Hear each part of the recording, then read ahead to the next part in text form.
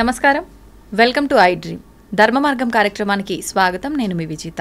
ప్రస్తుతం మనతో పాటు ఉన్నారు ఇస్కాన్ టెంపుల్ నుంచి ప్రణవానంద ప్రభుజీ. వారు ఎన్నో సందర్భాల్లో ఎన్నెన్నో మాటల ద్వారా మనందరికీ కూడా ప్రవచనాల రూపంలో అయితే ఏంటి, మాటల రూపంలో అయితే ఏంటి, చాలా మంచి విషయాలు తెలియజేస్తూ ఉంటారు. ఇప్పుడు ప్రస్తుతం నాతో పాటు ఉన్నారు ప్రభుజీ. వారితో మాట్లాడి మరిన్ని విషయాలు తెలుసుకునే ప్రయత్నం చేద్దాం. నమస్కారం ప్రభుజీ. నమస్కారం అండి. హరే కృష్ణ. హరే కృష్ణ ప్రభుజీ. ప్రభుజీ, చాలామంది జీవితంలో నిత్యం ఎన్నో ఇబ్బందులు వస్తుంటాయి, ఒత్తిళ్ళు వస్తుంటాయి. ఈ ఒత్తిళ్ళని తట్టుకోలేక అసలు నాకు ఈ లైఫే వద్దు అని చెప్పి అసలు దైవ మార్గాన్ని వదిలిపెట్టి అన్ని రకాలుగా ఎటైనా వెళ్ళిపోతా అనే ఒక ఆలోచనలోకి వెళ్ళిపోతుంటారు. అటువంటి వాళ్ళకి ఏం చెప్తారు మీరు? ఈ ప్రపంచంలో మనమే ఒత్తిడి తీసుకుంటున్నామండి. ఇప్పుడు మీకు ఇందాక మనం మాట్లాడుకుంటున్నందుకు ఎంత ఒత్తిడి మనం తీసుకోవాలో అది మన పైన ఉంటుంది. సంబడి ఈజ్ ఫోర్సింగ్ కూడా అనుకోండి, ఎవరైనా మనల్ని ఇంత ఒత్తిడి నువ్వు తీసుకోవాలి అని అంటే అప్పుడు మనం ఒక చాయిస్ చేసుకోవాలి. మీకు ఒక విషయం చెప్తాను. ఒక వీడియోలో మేము మాట్లాడాం, రాత్రి త్వరగా పడుకొని త్వరగా లేవటం వల్ల మీ ఆరోగ్యం బాగుంటుంది అని. అప్పుడు కొంతమంది అన్నారు, మరి నైట్ డ్యూటీ సంగతి ఏంటి అని. ఇప్పుడు చూడండి, మనకి ఆరోగ్యం కావాలా, మనకి ఏం కావాలి అని మనం ఫస్ట్ డిసైడ్ చేసుకోవాలి జీవితంలో. అరే, నాకు ఒక సుఖవంతమైన జీవితం కావాలి. సుఖవంతం అంటే హద్దులు ఆర్భాటాలు ఉండాల్సిన అవసరం లేదండి. మన కుటుంబంతో స్పెండ్ చేయడానికి మనకు సమయం ఉందా, మన ఆరోగ్యాన్ని మనం జాగ్రత్తగా చూసుకుంటున్నామా, ధర్మాన్ని చేయగలుగుతున్నామా, భక్తిని చేయగలుగుతున్నామా, ఒక సింపుల్ లైఫ్, ఏదైతే బ్యాలెన్స్డ్ లైఫ్, ఆరోగ్యంగా కుటుంబంతో సమాజం కోసం ధర్మం కోసం ఉండే ఒక జీవితం, అది మన లక్ష్యం అనుకోండి. మనం దానికి తగ్గట్టుగా ప్రయత్నం చేస్తాం. అవును, మనం ఏం చేస్తున్నాము అని అంటే ఒత్తిడి పెంచేసుకుంటున్నాం మన పైన. ఇప్పుడు ఇందాక మనం ఒక ఎగ్జాంపుల్ చెప్పాం, మన గ్రైండర్ తిరగటం. అప్పుడు ఏం చేసిందంటే, ఒకసారి మేము అలా చేస్తుంటే మా అమ్మగారు చెప్పారు, దాన్ని ఫస్ట్ పక్కన పెట్టు, కొద్దిసేపు వాడకు, చల్లారని, దాని తర్వాత మళ్ళీ గ్రైండ్ చేయి, అప్పుడు వస్తుంది. అప్పుడు ఫ్యాన్ వేసి చల్లార్చడానికి పెట్టేస్తాం, అదొకసారి చల్లార్చాక మళ్ళీ గ్రైండ్ చేసేస్తాం. అంతే కదండి. అవును ప్రభుజీ. మనం ఎప్పుడైతే ఆ ఒత్తిడి అనేది మనం ఫీల్ అవుతామో we should take a break. Permanent break కాదండి. చాలా మంది అనుకుంటారు అయిపోయింది ఇంకా నా జీవితం వేస్ట్ అని. కాదు, ఒక టెంపరీ బ్రేక్ తీసుకో. ఒక దగ్గరికి వెళ్ళు, ఒక ఆశ్రమానికి వెళ్ళు, ఒక క్వైట్ ప్రదేశానికి వెళ్ళు, ఫోన్ కట్ చేసేయి, నీతో నువ్వు గడుపు, ఒక మెడిటేషన్ చెయ్యి, నామజపం చెయ్యి, ఒక ఆశ్రమానికి వెళ్ళి సేవ చెయ్యి. ఎప్పుడైతే నువ్వు ప్రపంచంలో ఉండే కష్టాలు ఎప్పుడైతే చూస్తావో, మా ఆశ్రమానికి వస్తే ప్రతిరోజు అక్కడ అన్నదానం జరుగుతుంది. అక్కడ ఎంత పూర్ పీపుల్ అంటే వాళ్ళు కేవలం నెల రోజులలో అన్నము ఒక పప్పు చేసుకుంటే వాళ్ళకి చాలా పెద్ద విషయం అన్నమాట. అలాంటి పేదరిక ఉన్న ప్రదేశానికి వెళ్ళి నువ్వు ఎప్పుడైతే వాళ్ళకి ప్రసాదం పెడతావో వాళ్ళు ఎంత ఆనందంగా ఆ కూర చూసి, ఆ చపాతీని చూసి, ఆ స్వీట్ చూసి వాళ్ళకి ఎంత ఆనందం వేస్తారే, ఈరోజు ఇన్ని రకాలు వచ్చాయా అని చూసినప్పుడు మనకు అనిపిస్తారే, నేను నాకు తినడానికి ఎన్ని రకాలు తిన్నుంది, ఎంత ఆనందంగా నేను ఉన్నాను అని. వేరే వాళ్ళ దుఃఖాలు మనం చూసినప్పుడు మన దుఃఖాలు దాంట్లో చిన్నగా అయిపోతాయండి. నిజమే ప్రభుజీ. మనము ప్రతిదానికి జీవితాన్ని వదిలేయాలి అనే ఒక చాలా తప్పు ధోరణిలో ప్రపంచం వెళ్తుందండి. మాకు చాలా ఇన్స్పిరేషనల్గా మదర్ ఆఫ్ ది ఆర్ఫన్స్ అని ఒక లేడీ గురించి మహారాష్ట్రలో చెప్తారు. మీకు ఈ కథ చెప్పానా ఎప్పుడైనా? ఆవిడ్ని వాళ్ళ ఊర్లో ఉండే వాళ్ళందరూ కూడా అస్ట్రసైజ్ చేసి ఆమె పైన కొన్ని అభాండాలు వేస్తారనమాట. ఆవిడ కడుపుతో ఉంది, 9 నెలల ప్రెగ్నెంట్.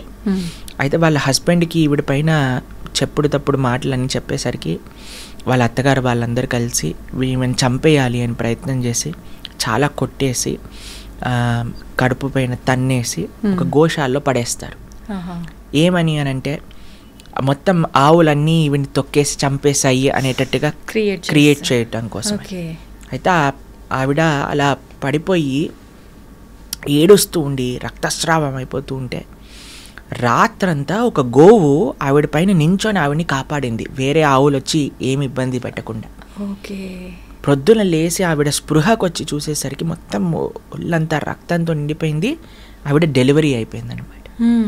ఒక పక్క నుండి ఒక చిన్న రాయి తీసుకొని, ఆ బొడ్డు ఉంటుంది కదా, దాన్ని రాయితో గీసి కట్ చేసేసింది ప్రయత్నం చేసి. ఆ చిన్న పిల్లవాడిని తీసుకుంది.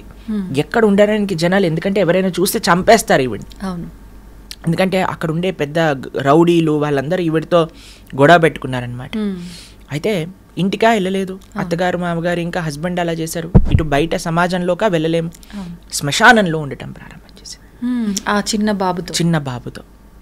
ఆవిడ ఏమనుకున్నదంటే తినడానికి తిండి లేదు, ఏం చెయ్యాలి అని అంటే పిండాలు పెడతారు చూడండి, వాటిలో నీళ్లు కలిపి కాలుతున్న చితల పైన చపాతీలు చేసుకొని తినింది బ్రతకడానికి.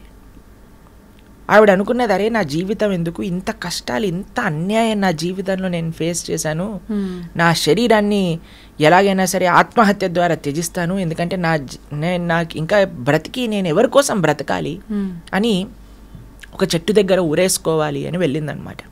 అయితే చెట్టు దగ్గర కూర్చున్నప్పుడు ఆవిడ బయట అంతా ఎండగా ఉంది, కానీ ఆవిడ కూర్చున్న ప్రదేశం మాత్రం చాలా చల్లగా ఉన్నదనమాట. ఎందుకు అని ఇలా పైకి చూసేసరికి చెట్టుపై నుంచి ఒక చెట్టు కొమ్మ వేలాడుతూ ఉన్నది. వేలాడుతూ ఉన్న చెట్టు కొమ్మ ఈవిడికి నీడని ఇంకా గాలినిస్తుందన్నమాట. చెట్టు నుంచి విరిగిపోయి పడిపోయింది ఆల్మోస్ట్, కానీ ఇలా ఇలా వేలాడుతూ ఉన్నదన్నమాట.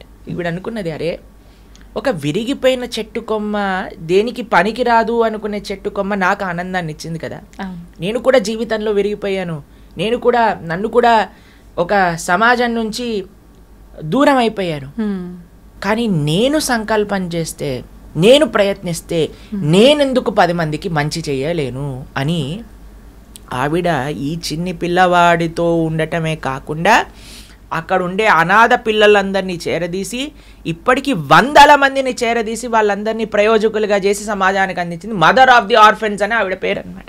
చూడండి, ఆమె ఇబ్బందుల నుంచి బయటికి వచ్చి తను బతకడమే కాకుండా నలుగురికి చేరువుగా. ఎందుకు అండి, ఎప్పుడైతే వేరే వాళ్ళ యొక్క కష్టాన్ని చూసిందో. అవును, మీకు విషయం, ఆశ్చర్యకరమైన విషయం చెప్పనా. ఒకసారి ఆవిడ రోడ్డు పైన వెళ్తూ ఉంటే ఏ హస్బెండ్ ఏ భర్త అయితే ఈవిడ్ని ఆ చావు పరిస్థితిలోకి తీసుకొచ్చారో ఆయన కనిపిస్తాడు రోడ్డు పైన పడిపోయి. ఆవిడ ఆయన్ని చేరదీస్తుంది, ఆ ఆర్ఫనేజ్లోనే జాయిన్ చేసుకుంటాడు. కానీ ఆయనకు ఒక విషయం చెప్తుంది, నిన్ను క్షమించాను, నువ్వు అల్లరి పిల్లవాడి, ఇప్పుడు నేను నీ తల్లి నీ భార్య అని కాదు, నువ్వు కూడా మా పిల్లలాంటి, కానీ నువ్వు అల్లరి పిల్లవాడివి, నువ్వు అల్లరి చేసావు, కానీ ఈరోజు నేను క్షమిస్తున్నా, నువ్వు ఆ స్థితిలో ఉన్నందుకు నేను కాపాడటం నా లక్ష్యం అని ఆయనను కూడా ఆవిడ ఆశ్రమంలో పెట్టుకొని పెంచింది. ఎలా వస్తుంది ప్రభుజీ అంత గొప్ప మనసు? ఆ గొప్ప మనసు రావాలి అని అంటే మనం ఈ ప్రపంచంలో అండి మనకే కష్టాలు ఉన్నాయి, నేనే కష్టాలు అనుభవిస్తున్నా అనే మిస్కన్సెప్షన్ నుంచి బయటికి రావాలి. ఓకే, ఈ ప్రపంచంలో ఎవ్వరు ఎలాంటి వారైనా సరే అండి, సేవ ఇచ్చే ఆనందం ఇంకా మాటల్లో మనం చెప్పలేమండి. ఒకసారి ఎవరికైతే ఆ సేవ రుచి తెలుస్తుందో వాళ్ళు చాలా ఒక అద్భుతమైన మానసిక ప్రవృత్తి అనేది వాళ్ళకి కలుగుతుందండి.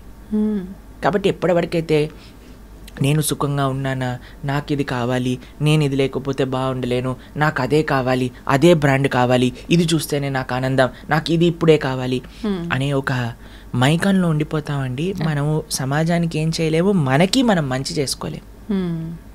ఆవిడికి ఆనందం ఎందుకు వచ్చిందో తెలుసా అండి, ఒకళ్ళకి సేవ చేయటంలో వచ్చింది. ఆ సేవ రుచి ఎప్పుడైతే కలుగుతుందో ఎవరినైనా సరే మనం మన దగ్గరికి తీసుకోవచ్చు, ప్రేమను పంచవచ్చు, అంత ఉదాత్త భావన మన లోపల కలుగుతుంది. కాబట్టి suicide is not the way అండి. ధర్మాన్ని వదిలేయటం కాదండి మార్గం, ధర్మాన్ని ఆచరించటం వల్ల శక్తి లభిస్తుంది. ఇప్పుడు ఒకడు చాలా వీక్గా ఉన్నాడు అనుకోండి, ఏం చేయాలి, చక్కగా తినాలి, చక్కగా ఎక్సర్సైజ్ చేయాలి, బలిష్టంగా అవుతాడు, అప్పుడు సేవ చేయొచ్చు. అంతేకాని నేను ఎలాగున్నా వీక్గా ఉన్నాను, నేను లేవలేను, నేను తినలేను అని అంటే ఇంత పోతుంది. కాబట్టి మన జీవితంలో మన చుట్టూ ఎన్ని ఉదాహరణలు ఉన్నాయి మనకి.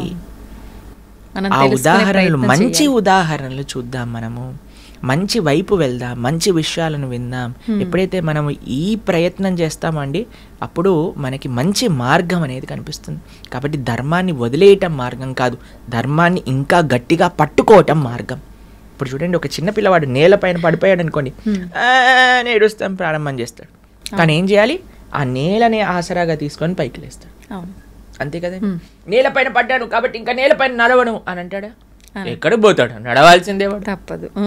అదే నేలని ఎక్కడైతే మనం ఏ జీవితంలో అయితే మనము ఇలా దెబ్బలు తిన్నాం అనుకునే దాన్ని ఆసరాగా పెట్టుకోండి, దాన్నే ఒక భగవంతుడి పైన నమ్మకంగా అదే స్థానంలో నిలవండి, థ్యాంక్ యూ ప్రభుజీ, నిజంగా చాలా మంచి విషయాలు తెలియజేశారు, అద్భుతమైన సమాచారాన్ని మాకు అందించారు.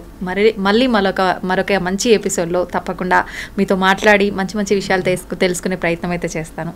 ధన్యవాదాలు ప్రభుజీ. హరే కృష్ణ మాతాజీ, హరే కృష్ణ.